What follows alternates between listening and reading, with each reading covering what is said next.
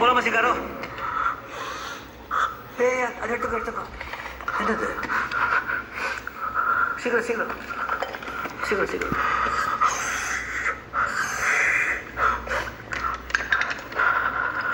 என் மண்ணையும் என் மக்களையும் சுரண்டி தின்னவனுக்கு இதாண்டா முடிவு.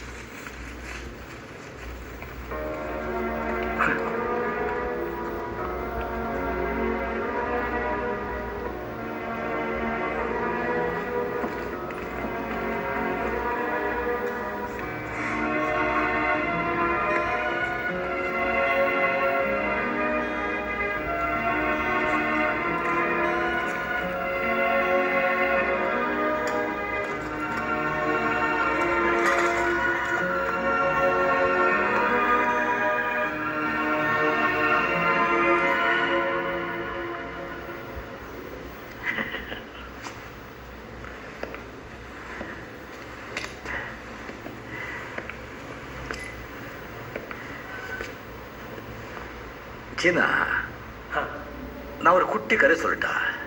உனக்கு வாலி தெரியுமா? வாலி, ராமாயணத்தில் வர்ற வாலி. பெரிய வீரன், ரொம்ப சூரன், ஆனால் ரொம்ப கெட்டவன். தம்பி பொண்டாட்டியே கெடுத்துட்டு போனவன். அவனை யாராலையும் அழிக்க முடியாது. ஏன்னா அவனுக்கு ஒரு அபூர்வ சக்தி இருந்தது. வரும் யாராவது எதிரி அவன் முன்னால நின்னா எதிரியோட பாதி பலம் அவனுக்கு போயிடும்.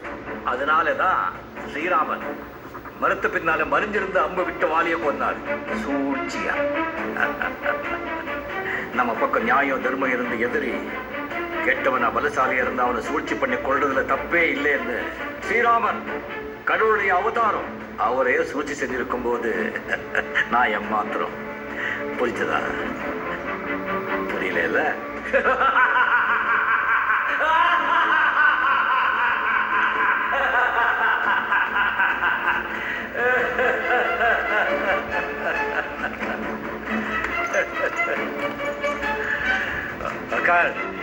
அக்காரு கண்ணா,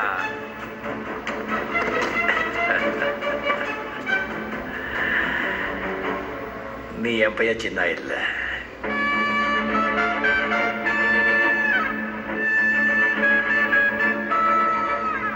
சிங்கார வெடி வச்சதுல என் சின்ன துடிச்சு சத்ததை என் கண்ணால பார்த்தேன். நீ என் பையன் சொன்னதும் போய், உங்க அப்பா உன்னை கொள்றதுக்கு ஆள் அனுப்புனான் சொன்னதும் போய். எல்லாம் நான் நடத்தின நாடகம். யூ ஆர் சன் ஆஃப் சிங்காரம். அடிப்பொலி. இந்த ஆள் ஒரு மகா நடிகன் தான். உன்னை வச்சே உன் கோட்டைக்குள்ள புகுந்து உன் படையை அழிச்சு எதிரியை கொன்னு என் நீண்ட கால பழிய தீர்த்துட்டேன். தந்திரம், ராஜ தந்திரம். இப்போ உன்னை என்ன பண்ணலாம்? நீ கொஞ்சம் நல்லவன், எனக்கு நிறைய உதவி செஞ்சிருக்கேன்.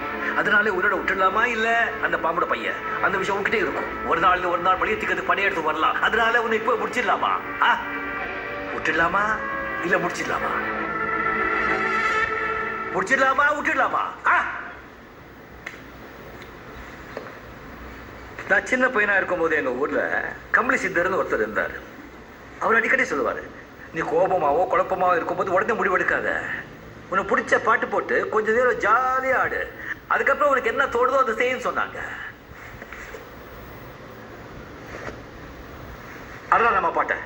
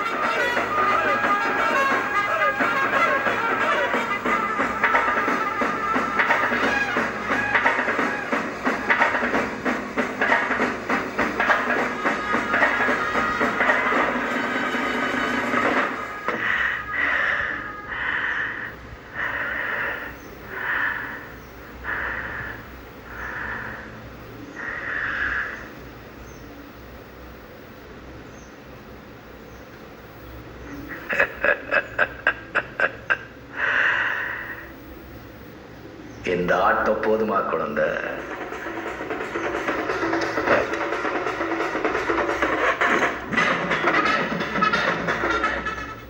வழங்கியோர்